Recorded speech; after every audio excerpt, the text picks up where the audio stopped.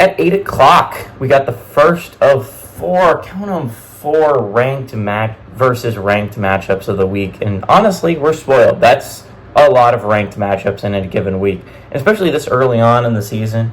To get that many it's kind of beautiful.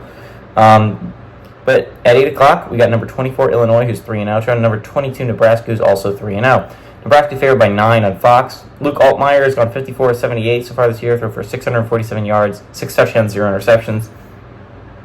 Caden Fagan had 42 carries for 173 yards and 5 touchdowns.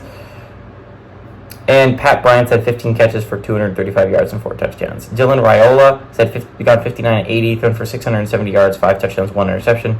Dante Dowdles had 31 carries for 184 yards and 3 touchdowns. And Isaiah Nair has had 12 catches for 187 yards and 2 touchdowns. Nebraska is 14-6 all-time against Illinois. Last game went to Nebraska in 2023, though. Illinois has won 3 of the last 4. So, really interesting is Luke Altmaier and Dylan Raiola have really similar stats if you look at it. Altmaier is 54-78, Raiola is 59-80. Altmaier's thrown for 647 yards. Dylan Raiola's thrown for 670 yards. Luke Altmaier's thrown for 6 touchdowns, 0 interceptions. Raiola's thrown for 5 touchdowns, 1 interception.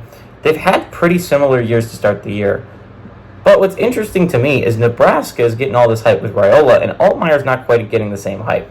And I kind of understand it. Raiola's this talented young freshman, right? And Altmaier is kind of what we know what he is. He's a solid QB in the Big Ten. He's going to make decent decisions. But he's not a game changer. At least not yet. I think what's going to be the turning point in this game is the defense, right? It's a Big Ten game. It's going to be on the defense to win football games. It just is. It's the Big Ten. I don't care if USC and Oregon and Washington are these great offensive. It's going to come down to defense. Defense wins championships, and defense wins Big Ten titles. And defense wins Big Ten games.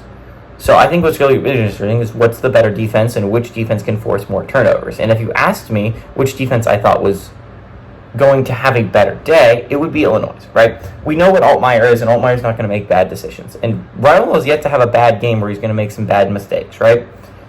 This is his first good defense he's going against, and I think that's going to throw him for a little bit of a loop, right? Colorado's defense is god-awful. They've played an FCS defense in UNI, and I forget who Nebraska played week 1, but it was a nobody as well, right?